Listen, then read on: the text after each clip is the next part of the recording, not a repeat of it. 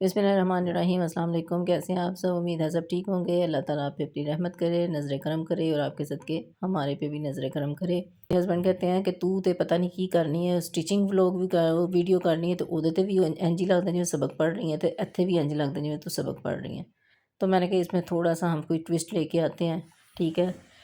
तो चलें आज का व्लॉग शुरू करते हैं। ट्विस्ट तो नालों नाल होंदा ही रहेगा। अब ये देखेंगे मेरे हस्बैंड ना निकाल निकाल के रखी जा रहे हैं कपड़े, और वो मुझे काफ़ी दिनों से कह रहे थे कि ऑर्डर आया हुआ है और उसको तैयार करना है, ਉਹਦੀਆਂ ਲੇਸਾਂ ਸ਼ੇਸਾਂ ਲੈ ਕੇ ਆਈਏ, ਉਹਨਾਂ ਦੇ ਕੰਮ शुरू करिए। लेकिन यकीन करो कि मेरा बिल्कुल दिल नहीं कर रहा बाहर जान ते, इतनी गर्मी है।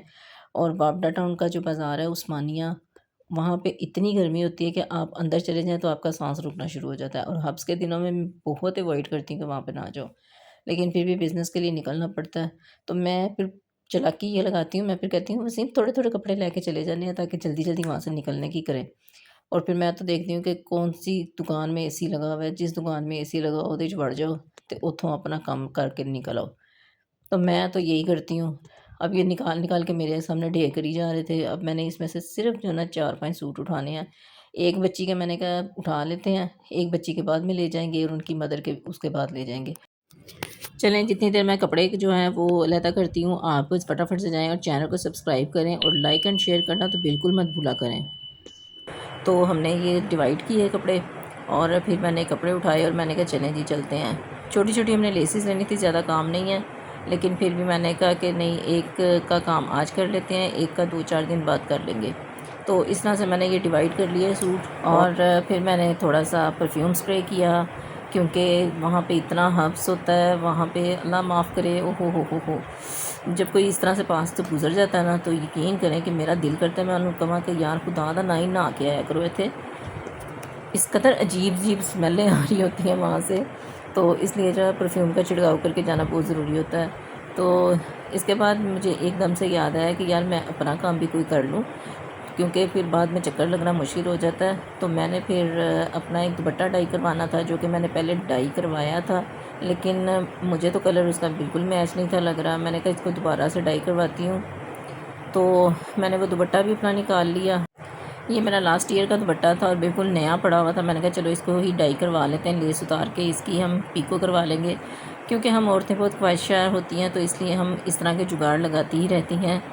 तो इसलिए ये कोई बड़ी बात नहीं है कि आप देख के कहें हाँ लेस तो कोई होर लगी ये तो दुपट्टा कोई होर है। तो फिक्र ना करें, मैंने इसकी लेस उतरवा के पीको करवा लेनी है। देखें अब इसका दुपट्टे का क्या बनता है। तो चलें इस ये भी साइड पे एक टुक सा लगा हुआ था, मैंने कहा चलो इनू भी ज़रा कट के थोड़ी नवी पीको करवाइए।